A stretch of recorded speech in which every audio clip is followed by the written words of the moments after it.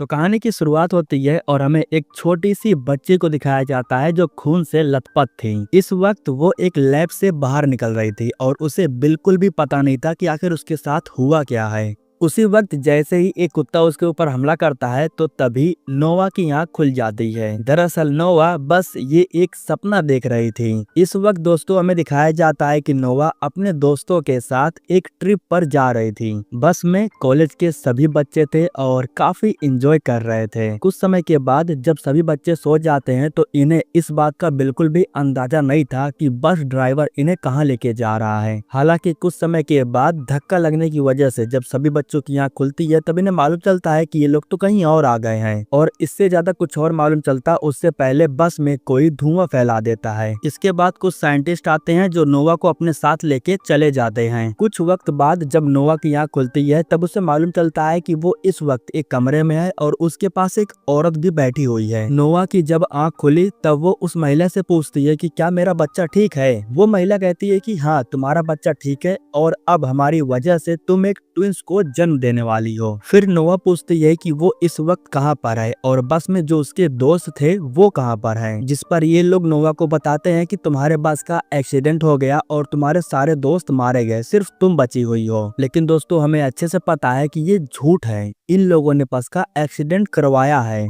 अब दोस्तों यहाँ से सीन शिफ्ट होता है और हमें एक लड़की को दिखाया जाता है जो कि अपने दोस्तों के साथ एक लैब में जाती है और इस लैब का नाम था संघाई लैब। यहाँ वो लड़की अपने दोस्तों के साथ काफी ज्यादा तोड़फोड़ करती है जिसकी वजह से यहाँ पर खून खराबा होता है और काफी लोग मारे जाते हैं। लेकिन दोस्तों इसी लैब के अंदर हमें जियांग को दिखाया जाता है जो अभी भी जीवित थी और वो बिल्कुल ठीक ठाक थी। हालांकि इस वक्त वो खुद से अनजान थी, उसे पता नहीं था कि वो कौन है और इस वक्त कहाँ पर है। वो जैसे ही बाहर आती है तभी अचानक से उसके सर में काफी दर्द होने लगता है। ऐसा लग रहा था कि उसका सर अभी फट जाएगा। हालांकि कुछ समय के बाद उसका ये दर्द बिल्कुल ठीक हो जाता है। वो चलते चलते जंगल में पहुंच जाती है और जंगल को पार करने के बाद वो हाईवे पर आ जाती है और जब वो हाईवे से होकर के जा रही थी तो उसी वक्त उसके पीछे एक गाड़ी आ जाती है। उस गाड़ी में जो कोई भी था जब वो जियांग को देखते हैं तो अपनी गाड़ी को घुमा लेते हैं। ये लोग जियांग के पास आते हैं और उसे जबरन गाड़ी में लेकर के बैठ जाते हैं। अब दोस्तों इसी गाड़ी के अंदर हमें कियोंगी नाम करके एक लड़की को दिखाया जाता है जिसे इन लोगों ने पकड़ रखा था। कियोंगी कह रहे थे कि तुम्हें इस बच्ची से क्या चाहिए, इस बच्ची को जाने दो, इसे छोड़ दो। लेकिन दोस्तों ये लोग जियांग को छोड़ते नहीं बल्कि उसके साथ बदतमीजी करने लगते हैं और जब जियांग को गुस्सा आता है तब वो बहुत ही बुरी तरीके से इन्हें मारती है और इनके कार का एक्सीडेंट भी हो जाता है। काफी समय के बाद जब कियोंगी की आंख खुली तब वो उस बच्ची को देखती है जो कि एक आदमी को जान से मारने वाले थे, लेकिन कियोंगी आ करके उसे रोक लेती है। इसके बाद कियोंगी उस आदमी के फोन को लेती है और अपने डॉक्टर के पास कॉल करती है। वो डॉक्टर को अपना एड्रेस बताती है और कुछ समय के बाद डॉक्टर अपनी गाड़ी लेकर के इनके पास आता है। जाते वक्त कियोंगी उस बच्ची को भी अपने साथ लेकर के जाती है। कियोंगी के कहने पर डॉक्टर उस बच्ची का इलाज करता है। जियांग के शरीर में ढेर सारी गोलियां लगी हुई थी जिसको डॉक्टर एक एक करके बाहर निकालता है। जियांग के शरीर में इतनी गोलियां लगी हुई थी कि उसका बचना तो नामुमकिन था, लेकिन फिर भी वो जिंदा थी। इसी को देख करके डॉक्टर भी काफी हैरान था। डॉक्टर कियोंगी से पूछता है कि तुम इस बच्ची का क्या करने वाली हो। तब वो बताती है कि जब तक इसके माता पिता नहीं मिल जाते तब तक वो मेरे पास ही रहेगी। मुझे इसके बारे में नहीं पता है कि ये कहाँ से आई है और कौन है। अब इसके बाद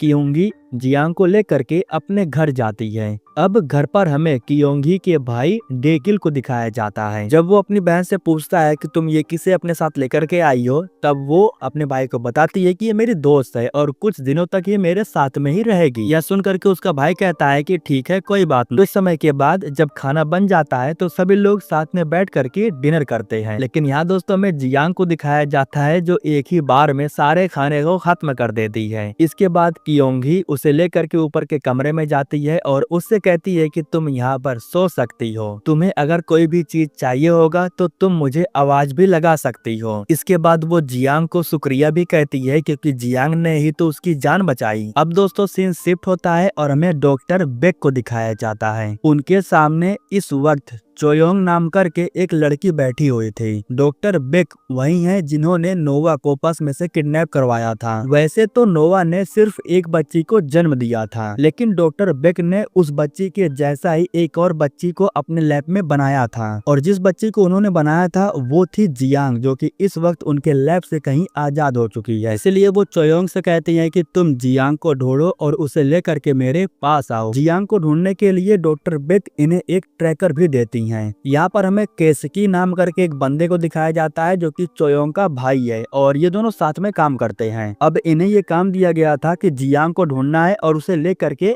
वापस आना है। इसके बदले में इन दोनों को अच्छे खासे पैसे मिलने वाले थे। लेकिन उसी वक्त दोस्तों ये दोनों देखते हैं कि कोई तो था जो काफी समय से गाड़ी से इनका पीछा कर रहा था। इनको रोकने के लिए केसकी अपनी गाड़ी को ले जा करके इनकी गाड़ी से ठोक देता है। अब जो लोग इनका पीछा कर रहे थे वो दो इंसान थे, और ये दोनों एक साथ केसकी के ऊपर हमला करते हैं। ये दोनों केसकी और उसकी बहन को खत्म करने के लिए यहाँ पर आए थे, लेकिन ये दोनों जितना पावरफुल थे उससे कहीं ज्यादा केसकी पावरफुल था। वो अकेले ही इन दोनों को संभाल लेता है और इन्हें बहुत ही बुरी तरीके से पीटता है। इन्हें ठिकाने लगाने के बाद केसकी वापस जाकर के गाड़ी में बैठ जाता है। फिर ये दोनों अपने काम के लिए निकल पड़ते हैं। जब ये दोनों जंगल से बाहर निकल रहे थे तो उसी वक्त वो डिवाइस आवाज करने लगता है। दरअसल ये डिवाइस जियांग की लोकेशन को ट्रैक कर चुकी थी। इससे उन्हें मालूम चल जाता है कि इस वक्त जियांग कहाँ पर है। इधर दोस्तों जब जियांग कमरे में बैठी हुई थी तो अचानक से उसके सर में फिर से दर्द होना शुरू हो जाता है। उसके नाक से खून भी गिरना शुरू हो जाता है। वो इस दर्द को बर्दाश्त करती है और कुछ समय के बाद ये दर्द अपने आप ही शांत हो जाता है। लेकिन उसी वक्त हमें दिखाया जाता है कि इनके घर की तरफ ढेर सारी गाड़ियां आ रही थी।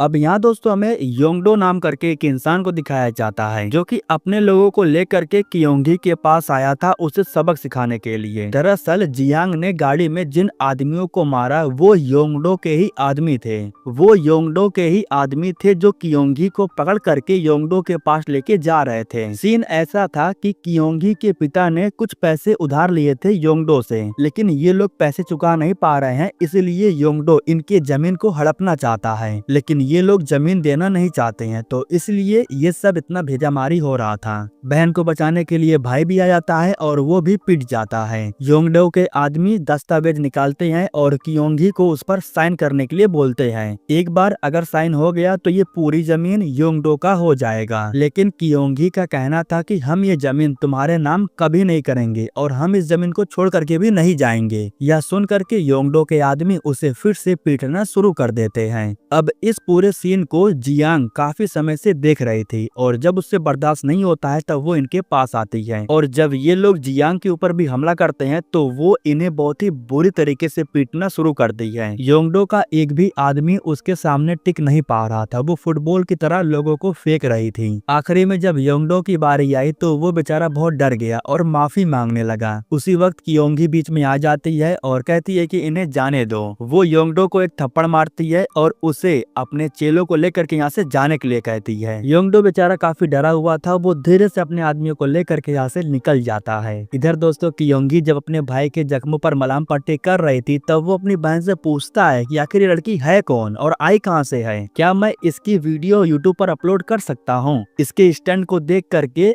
मिलियन में व्यूज मिलेंगे और लाखों में कमाई होगी। जिसके बाद कियोंगी कहती है कि ऐसा कुछ नहीं होने वाला है, वो हमारी मदद कर रही है, इतना ही काफी है। अब दोस्तों यहाँ पर सीन शिफ्ट होता है और हमें कुछ दोस्तों के ग्रुप को दिखाया जाता है। यहाँ मैं आपको बता दूं कि जिस लैब के अंदर जियांग के ऊपर एक्सपेरिमेंट हो रहा था जिसकी वजह से वो इतना पावरफुल हो गई है, उसी लैब से ये लोग भी आए हैं और इस वक्त ये लोग जियांग को ढूंढने के लिए निकले हैं। अब जियांग को हासिल करने के बाद उसके साथ ये लोग करने वाले क्या हैं ये तो हमें कहानी में आगे मालूम चलेगा। इस वक्त इन्हें इतना पता है कि जियांग भी संघाई लैब में इनके साथ में थी, लेकिन फिलहाल ये नहीं पता है कि इस वक्त जियांग कहाँ पर है। अब इधर दोस्तों हमें कियोंगी को दिखाया जाता है। चोयोंग आकर के उससे मिलती है और उससे जियांग की वो वीडियो दिखाती है कि किस तरीके से वो लैब के अंदर लोगों को खत्म कर रही थी, वो कितना ज्यादा खतरनाक भी है। दरअसल वो कियोंगी से ये कह रही थी कि जियांग को मेरे हवाले कर दो, वो तुम्हारे और तुम्हारे भाई के लिए खतरा है। अब कियोंगी को फैसला करना था कि क्या वो जियांग को इनके हवाले करेगी या नहीं। अब दोस्तों हमें इतना पता है कि जियांग को दो टीम हासिल करना चाहती है,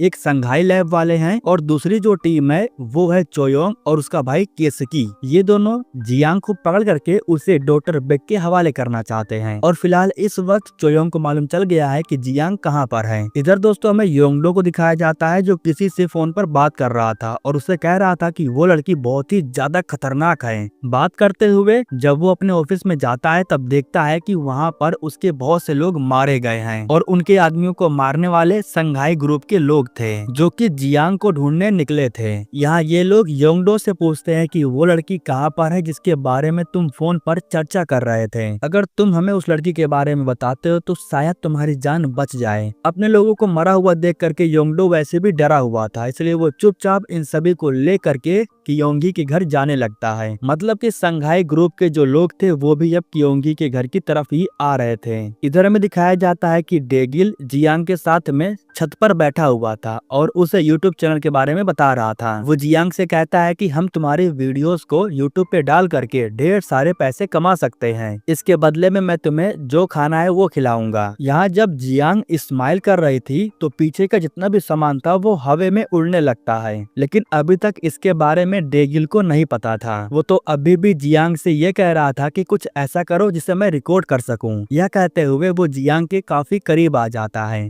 और फिर इसके बाद वो सारे सामानों को हवा में उड़ते हुए देखता है, जिसको देख वो काफी हैरान था और वो इसकी वीडियो भी बना लेता है। इसके बाद ये दोनों नीचे आ जाते हैं और टीवी देखने लगते हैं। ठीक इनके पीछे कियोंगी बैठ करके ये सोच रहे थे कि वो बटन को दबाए या ना दबाए। अगर वो बटन को दबाती तो इनके पास सिग्नल आ जाता, लेकिन दोस्तों वो बटन को नहीं दबाती है। वो खड़ी होती है और जियांग से कहती है कि मुझे माफ कर देना, लेकिन अब तुम्हें यहाँ से भागना होगा। उसी वक्त दोस्तों हम बाहर के साइड में देखते हैं तो योंगडो अपने सारे आदमियों को लेकर के वापस आ चुका था और इनके साथ में वो संघाई ग्रुप वाले भी थे। इनको रोकने के लिए कियोंगी फिर से गन लेकर के बाहर आ जाती है, लेकिन इस बार योंगडो कुछ सोचता नहीं है बल्कि वो कियोंगी को गन से शूट कर देता है। उसी वक्त चोयोंग का एक आदमी कियोंगी के घर पर रॉकेट लॉन्च कर देता है, जिसकी वजह से एक जोरदार धमाका होता है और सब कुछ तबाह हो जाता है। डेगिल भाग करके जब बाहर आता है तो वो देखता है कि उसकी बहन मर चुकी है। इधर दोस्तों जो रॉकेट लॉन्च करने वाला बंदा था ना, उसके पास संघाई ग्रुप की एक मेंबर आ जाती है और उसके साथ में फाइट करने लगती है। वो उस बंदे के ऊपर बहुत ही बुरी तरीके से हमला करती है और उसे जान से खत्म कर देती है। इधर योंगडो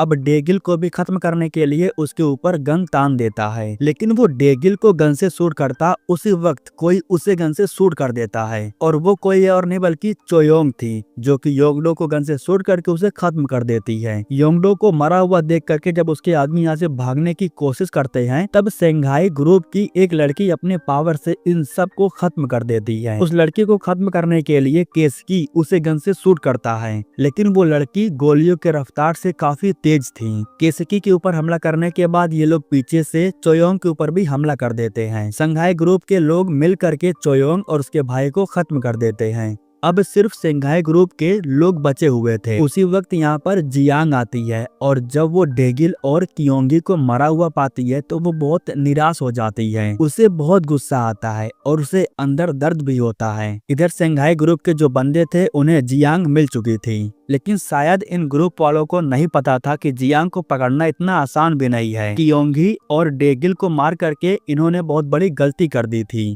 जियांग के गुस्से को ये लोग बर्दाश्त नहीं कर पाते हैं। जियांग अकेले ही संघाई ग्रुप के सभी बंदों को खत्म कर देती है और अब आखिरी में सिर्फ एक लड़की बची हुई थी और वो भी इस वक्त काफी डरी हुई थी। वो आई थी जियांग को खत्म करने के लिए, लेकिन बेचारी का बहुत ही बुरा हाल हो गया है। अब इतना सब कुछ हो जाने के बाद आखिरी में जियांग की बहन आती है। जिस ट्विंस की बात हो रही थी ये वही है। यहाँ आपको ये जान करके हैरानी होगी कि ये जो संघाई ग्रुप वाले लोग थे ना, ये उसके दोस्त हैं और उसने अपने दोस्तों को जियांग के पास भेजा था उसे लाने के लिए, ना कि उसे मारने के लिए। यहाँ आने के बाद जब उसे मालूम चला कि ये लोग जियांग को मारने पर तुले हुए हैं तो आखिरी में जो लड़की बची हुई थी ना, वो उसके सर को धड़ से अलग करके काफी दूर फेंक देती है। इसके बाद वो जियांग के पास आती है और वो जियांग से माफी मांगती है और उसे बताती भी है कि वे लोग तुम्हारे ऊपर एक्सपेरिमेंट कर रहे थे। वो मैं ही थी जिसने संघाई लैब से तुम्हें आजाद करवाया। सब खत्म हो गए थे लेकिन तुम बची हुई थी। तुम्हारी पावर्स को देख करके मुझे लगा कि तुम ही मेरी बहन हो, लेकिन फिर भी मैं डाउट में थी। हालांकि जब तुम लैब से आजाद हुई तब मैंने तुम्हारा पीछा भी किया था, लेकिन मुझे लग नहीं रहा था कि तुम मेरी बहन हो, क्योंकि उस वक्त तुम बहुत कमजोर थी और इसलिए मैंने तुम्हारा पीछा करना बंद कर दिया।